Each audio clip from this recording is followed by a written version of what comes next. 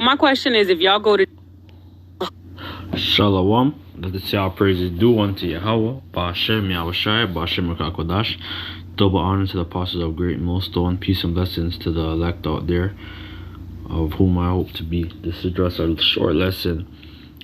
This is the ROBO taxi, and basically Esau has that technology, where he's already using it, with the whole military and trucks,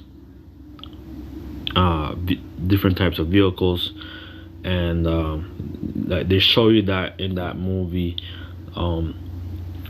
like if you watch that movie Universal Soldier in the 90s, they show you that they have driverless trucks, and they also here now they have the driverless trucks basically, and because a lot of people is making money for like being a driver, right? And they're making good money, a lot of the truckers, but now they have everything already set up, and they don't really need people, and like they don't need you, so they have the Uber, the taxi, these different taxi companies where it's going to be self-driving, and pretty much they already mastered it. Their enterprise is basically accomplished. The only thing what they have to do is give everybody the C-HIP, and it's going to be made mandatory,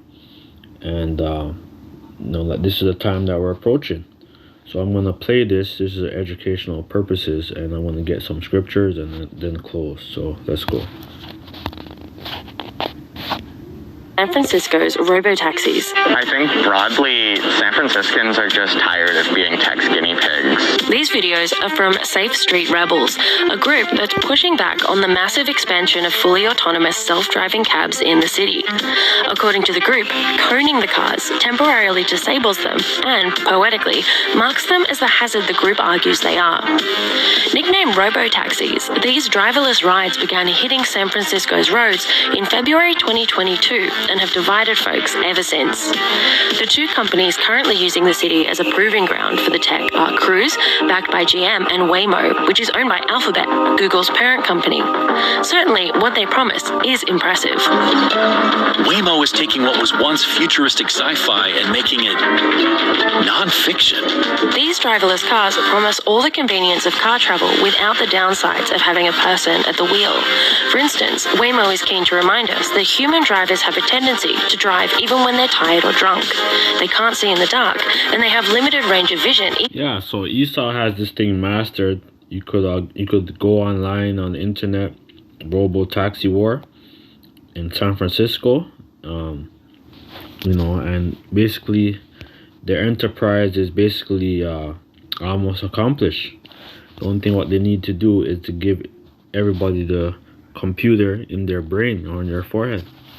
And there's a movie, I forgot what it's called, Carbon, where it talks about this. It's on Netflix. It's basically the sleeves, basically, and they're doing all kind of different cloning and technology, right? And basically, if you get that in your forehead, you're gonna be you're gonna be linked to the Internet of Things forever, right? This is a very good series on Netflix.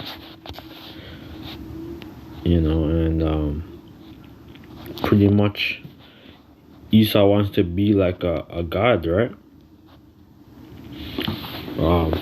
Get Job 20 verse 4. I'm gonna get this in the NLT.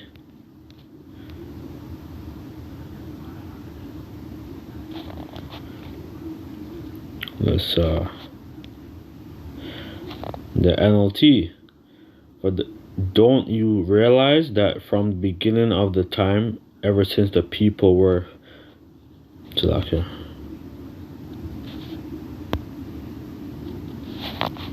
looking at the comparisons, brothers.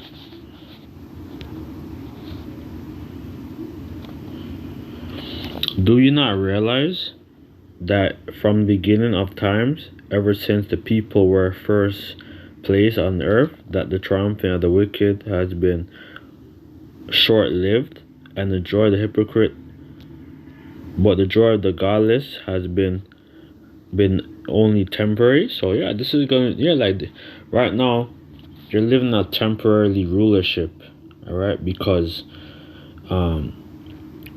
because you have the curse. Basically, when you read Revelation 20, it says that the devil is going to be loose a little season, right? And like this is his little season, of his rulership, from basically like from the 1492, the fall of Granada and stuff, and Pope Alexander VI of Rome and the Borgia family, they came back to their rule. They came back to their power, and and basically, if the Most High doesn't stop them, like the whole nation of Israel is gonna be destroyed. But that's impossible, right? Because there's gonna be an elect that's gonna be saved, and there's still gonna be people on earth, right? Even after this whole destruction, there's gonna be a lot of people, but there's gonna be a lot of death on this land. Through the pride of the godless reacheth to the heaven, and the heads touch the clouds, with the satellites, his technology, his satellites is connected with the C-hip, with the chip, right? That's why they have these, everything that we use, from our phones, laptop technology, even in your cars, it has the chip, right? And basically, like, they want you to be like connected, with the Internet of Things in your forehead, in your flesh, right? With the sleeve. I think it's called Altered Carbon. I believe it's on Netflix. A very good series to watch, right? And this is a short rulership that the devil is gonna have. Yet they will vanish forever, thrown away like their own dung. So like when you take a dump, all right, that's gonna be Esau, man. After 1,000 years, you're gonna be gone, and you're not gonna have no use. Those who knew them will ask, where are they? All right.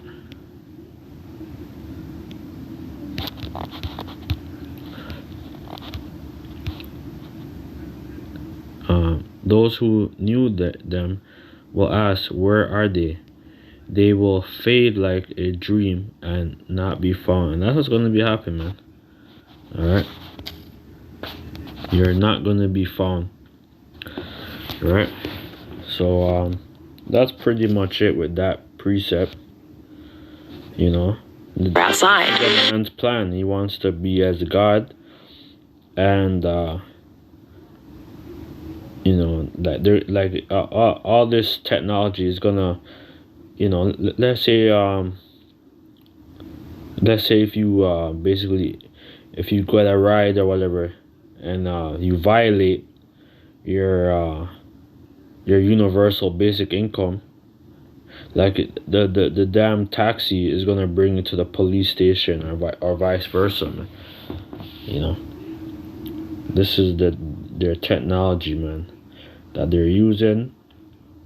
So we gotta stay up to date with it, with this with what's going on with tech. This is just flowing in the spirit. So hopefully this was edifying. Shalom. Yahweh Shem Yahshua Barakatah. Shalom.